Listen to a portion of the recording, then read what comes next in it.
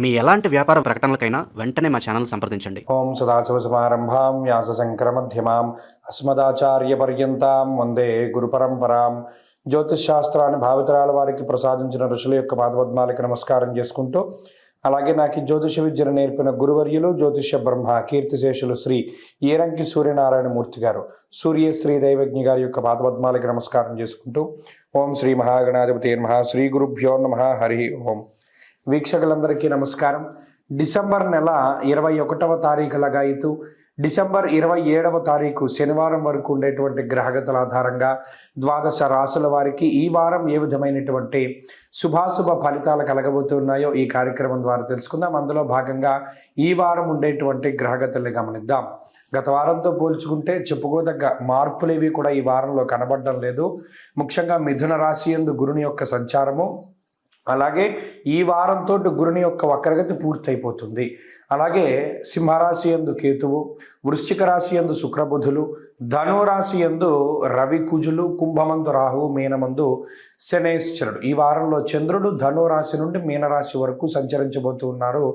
ఇటువంటి పరిస్థితుల్లో ద్వాదశ రాశుల వారికి ఏ విధమైనటువంటి ఫలితాలు కలగబోతున్నాయో తెలుసుకుందాం. అందులో భాగంగా కుంభరాశి వారి యొక్క స్థితిగతులు కొంత మెరుగ్గా ఉన్నాయి. లాభస్థానమందు రవి కుజుల యొక్క సంచారము కొంత జీవితం మీద ఒక ఆశని కల్పిస్తూ ఉన్నది.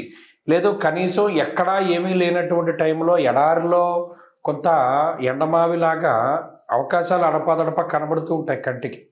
ఇక్కడ దాంతో ఎందుకు పోల్చామంటే నిజానికి ఇది ఒక అవకాశం ఉంది కదా, ముందుకెళ్దాం అనుకునేసరికి అక్కడ అవకాశం నిజంగా కనిపించదు. కానీ ఎక్కడికక్కడ ఊరటను కలిగిస్తూ ఈ గ్రహస్థితి ముందుకు వెళుతూ ఉంటుంది. ఇది కుంభరాశి వారికే ఉన్నది.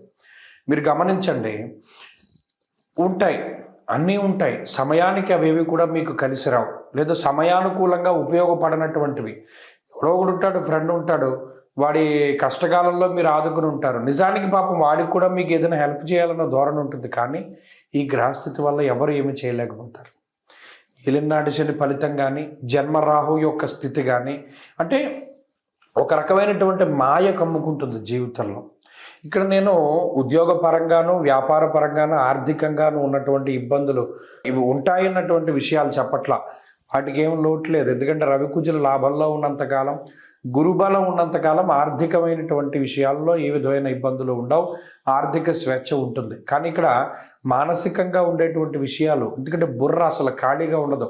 ఎంతసేపు ఏదో ఒక ఆలోచన నడుస్తూనే ఉంటుంది, ఎంతసేపు ఏదో ఒక థాట్ రన్ అవుతూనే ఉంటుంది. నెక్స్ట్ ఏంటి, నెక్స్ట్ ఏంటి, నెక్స్ట్ ఏంటి, దీని మీద ఏకాగ్రత పెట్టలేకపోతారు. ప్రజెంట్ జరుగుతున్నటువంటి విషయాల మీద ఫోకస్ చేయలేకపోతారు కుంభరాశి వారు. కాబట్టి ఆలోచన వద్దు. ప్రజెంట్ మీరు ఏం చేస్తున్నారో దాని మీద దృష్టి పెట్టి అది పూర్తి స్థాయిలో ముందుకు వెళుతూ ఉండండి. దానివల్ల కొంత పీస్ఫుల్, అంటే మానసికమైనటువంటి ప్రశాంతత, పీస్ అన్నది వస్తుంది. అలాగే కుంభరాశి వారు ప్రధానంగా గుర్తుపెట్టుకోవాల్సినటువంటిది ఎదురీదకూడదు. ఏదైనా ఒక సమస్య ఉన్నప్పుడు కుటుంబ సభ్యులతో కానీ, జీవిత భాగస్వామితో కానీ, సంతానంతో కానీ ఏదైనా సమస్య ఉంటే వాటిని ఎదిరించి మనం ముందుకు వెళ్ళకూడదు. కొంత సామరస్య ధోరణిలోనే ముందుకు వెళుతూ ఉండాలి. ఈ విషయాల్ని ప్రధానంగా దృష్టిలో పెట్టుకోవాలి. ఎందుకంటే గ్రహస్థితి మీకు ప్రతికూలం. మీరు ఏం మాట్లాడినా బూతుల కింద వినబడుతూ ఉంటాయి. మీరు చేసే ప్రతి పని కూడా తప్పు కింద కనబడుతూ ఉంటుంది. అసలే మీ మీద బోల్డన్ని నిందారోపణలు, మీ మీద బోల్డన్ని నీలాపరందలో కనబడుతూ ఉన్నటువంటి తరుణంలో ఈ టైంలో కామ్గా ఉండడం ఒకటే విషయం తప్పితే ఇంకేవి కూడా ఎదురుగా మాట్లాడకూడదు. ఇది ప్రధానంగా గుర్తుపెట్టుకోండి. మిగతా విషయాలన్నీ బాగున్నాయి. వీరు మరింత అనుకూలమైనటువంటి ఫలితాలను సాధించడానికై ఎక్కువగా ఈ రాశి వారు అమ్మవారికి సంబంధించినటువంటి ఆరాధన చేస్తూ ఉండడం చెప్పదగినటువంటి సూచన. ఈ వారంలో కలిసి వచ్చేటువంటి రోజు గురువారంగా చెప్పవచ్చును. అదృష్ట సంఖ్య 2, అదృష్ట వర్ణము పసుపు. తదుపరి మీనరాశి.